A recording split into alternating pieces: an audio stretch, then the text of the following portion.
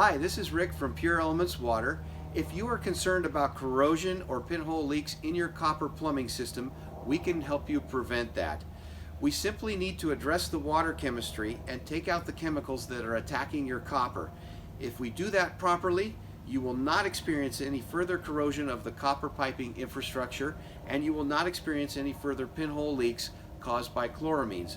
So reach out to us and we can explain to you absolutely how to prevent those problems from occurring in the future in your own home.